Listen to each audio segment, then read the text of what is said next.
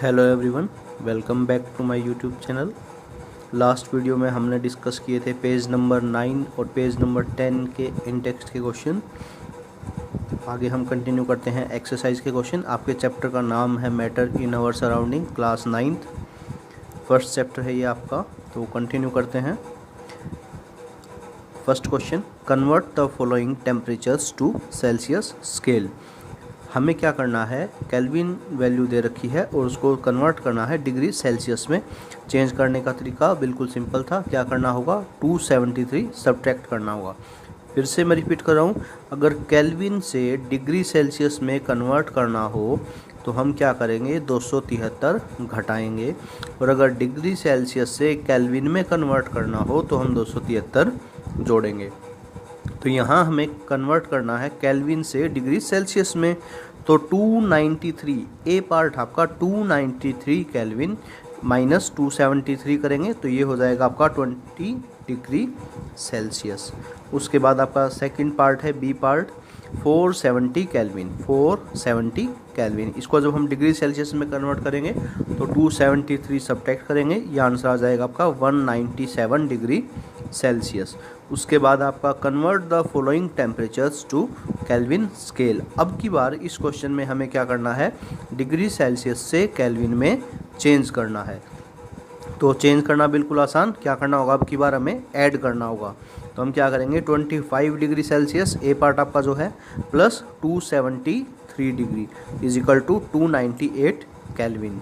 इसी तरीके से 373 degree Celsius plus 273 kelvin is equal to 646 kelvin. ये जो है आपका आंसर हो जाएगा। थर्ड क्वेश्चन है आपका, give reason for following observation. हमें अब की बार कारण बताना है इन चीज़ों के लिए। Naphthalene balls disappear with time without leaving any solid. तो नेप्थलीन की जो बॉल्स हैं वो कुछ समय के बाद, कुछ दिनों के बाद जो है अपने आप गायब हो जाती हैं। ऐसा क्यों होता है, बिना कोई चीज़ छोड़े।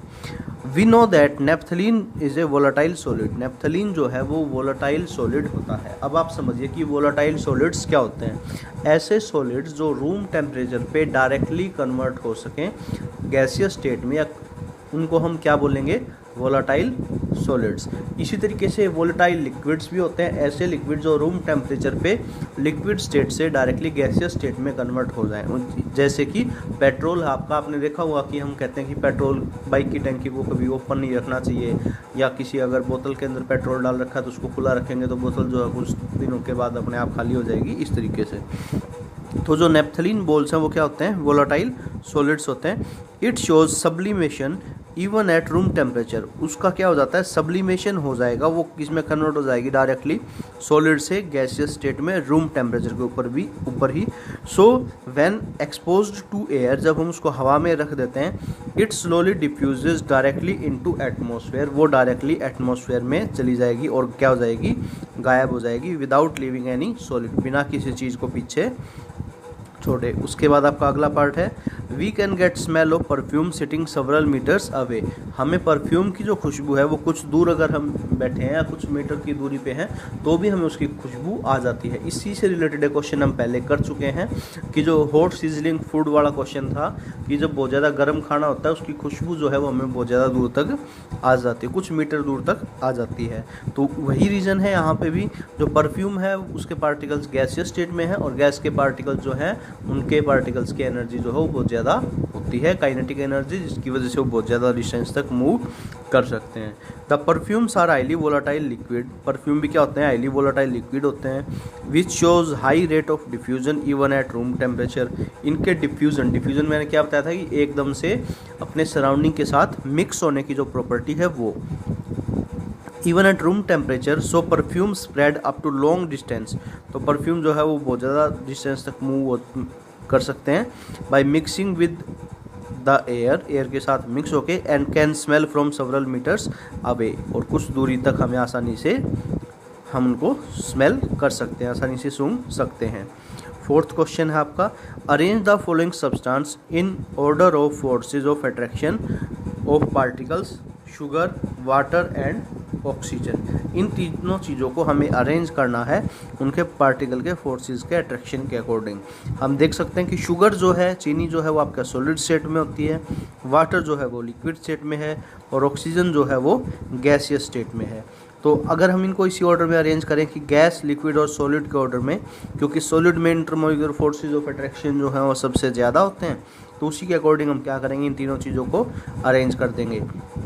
तो ऑक्सीजन में क्योंकि वो गैस है तो इंटरमोलिकुलर फोर्स ऑफ अट्रैक्शन सबसे कम। उसके बाद वाटर जो कि लिक्विड है उसमें इंटरमोलिकुलर फोर्स ऑफ अट्रैक्शन ज़्यादा, और फिर शुगर जो कि सॉलिड है इसमें इंटरमोलिकुलर फोर्स ऑफ अट्रैक्शन सबसे ज़्यादा। उसके बाद आपका अगला question, what is the physical state of water at. Water की फिजिकल स्टेट हमें बतानी है अलग अलग टेम्परेचर्स के ऊपर। तो फर्स्ट पार्ट आपका 25 डिग्री सेल्सियस, इस टेम्परेचर पे हमें पता है कि वाटर जो है वो लिक्विड स्टेट में होगा। अगला पार्ट आपका 0 डिग्री सेल्सियस, 0 डिग्री सेल्सियस जो है वो वाटर का फ्रीजिंग पॉइंट है।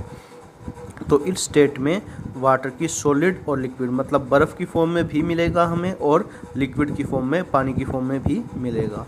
उसके बाद है 100 डिग्री सेल्सियस, इस केस में वाटर जो है वो हमें दोनों स्टेट्स में मिलता है, liquid state and gaseous state.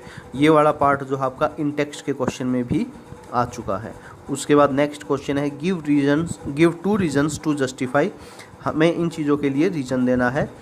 A part, water at room temperature is liquid. Water जो है वो रूम टेम्परेचर पे क्या होता है, लिक्विड होता है। देखिए reason, water is liquid at as it has properties of liquid and has a boiling point above the room temperature. Water जो है वो लिक्विड है क्योंकि उसका जो बॉइलिंग पॉइंट है वो रूम टेम्परेचर से ज़्यादा होता है।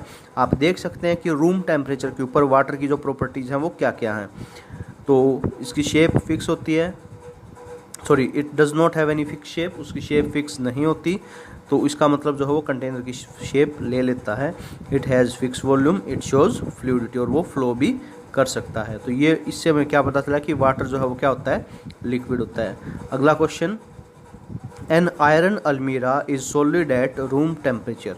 लोहे की अलमारी जो है वो क्या होती है, सॉलिड होती है। तो इसका रीज़न यही है कि क्योंकि आयरन का जो मेल्टिंग पॉइंट है वो रूम टेम्परेचर से बहुत ज़्यादा है, तो जिस वजह से जो है वो क्या है, हमारी सॉलिड स्टेट में एग्जिस्ट करेगी।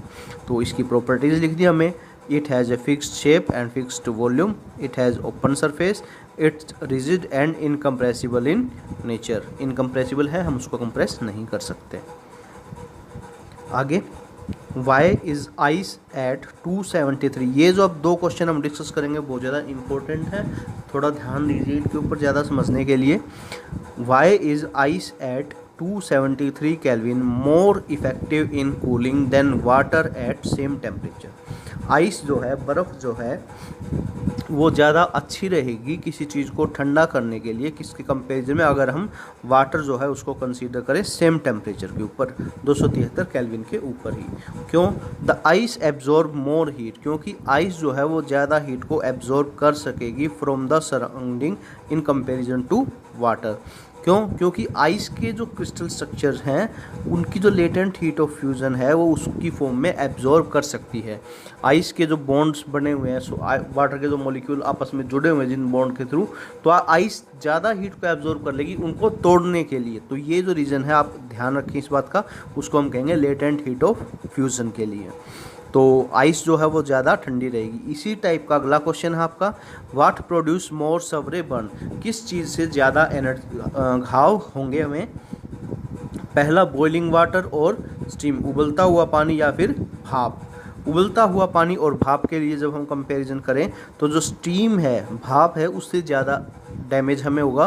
क्यों? क्योंकि उसकी जो लेटेंट हीट है वो क्या होगी, ज़्यादा। उबला हुआ पानी तो लिक्विड स्टेट में है, बट जो भाप है, वेपर्स हैं, वो क्या है, गैसियस स्टेट में। और गैसियस स्टेट के पार्टिकल्स की एनर्जी जो है क्या होगी, ज़्यादा होगी। ठीक है, this heat is equal to latent heat of boiling, क्योंकि वेपर्स की हीट जो है वो ज़्यादा होगी। So we can say that, ये एस के बाद से आएगा, so we can say that the steam at 373 kelvin, 373 kelvin के ऊपर 100 डिग्री सेल्सियस के ऊपर ज़्यादा घाव पहुंचाएगी। उसके बाद जो है, name A B C D E and F in the following diagram. इस डायग्राम में हमें क्या बतानी है, अलग अलग प्रोसेसेस के नाम बताने हैं। तो ये जो डायग्राम है वो आप ध्यान से देखें। पहला ए जो है वो है सॉलिड से लिक्विड में कन्वर्जन। तो जो सॉलिड से लिक्विड में कन्वर्जन होता है हमारा, वो क्या होता है? फ्यूज़न। क्या होता है वो? फ्यूज़न। FUSION। हम पहले भी कर चुके हैं डायग्राम, एक बार जब लेक्चर आपको दिया था, समझाया था, तब किया था ये वाला पार्ट हमने। दूसरा बी जो है वो है लिक्विड से जब हम गैस में कन्वर्ट करते हैं तो लिक्विड से जब गैस में कन्वर्ट करते हैं वो कहलाता है आपका इवेपोरेशन या फिर वेपराइजेशन। तीसरा है सी, गैस से लिक्विड में, गैस को जब ठंडा करके लिक्विड स्टेट में कन्वर्ट करते हैं वो आपका कहलाता है कंडेंसेशन। क्या कहलाएगा वो? कंडेंसेशन। उसके बाद है लिक्विड से सॉलिड में कन्वर्जन, डी कहाँ पे लिखा हुआ है? डी के जो है वो क्या दिखा रही है हमें? लिक्विड से सॉलिड में कन्वर्जन। तो ये जो है ये आपका कहलाता है फ्रीजिंग। उसके बाद है आपका ई, सॉलिड से गैस में कन्वर्जन। ऊपर जो है सबसे डायरेक्टली हम सॉलिड से किस में चले जाएंगे? गैस में। तो ये आपका कहलाता है सब्लिमेशन। और गैस से सॉलिड में जो कन्वर्जन है वो भी आपका क्या कहलाता है? Solid sublimation. ठीक है, तो यहाँ तक आपके एक्सरसाइज के सारे क्वेश्चंस जो हैं वो कंप्लीट हो गए। आप इस चैप्टर को कम्प्लीटली अपनी नोटबुक में कर लीजिएगा। कोई डाउट है तो आप कमेंट बॉक्स में डाल सकते हैं। Thank you.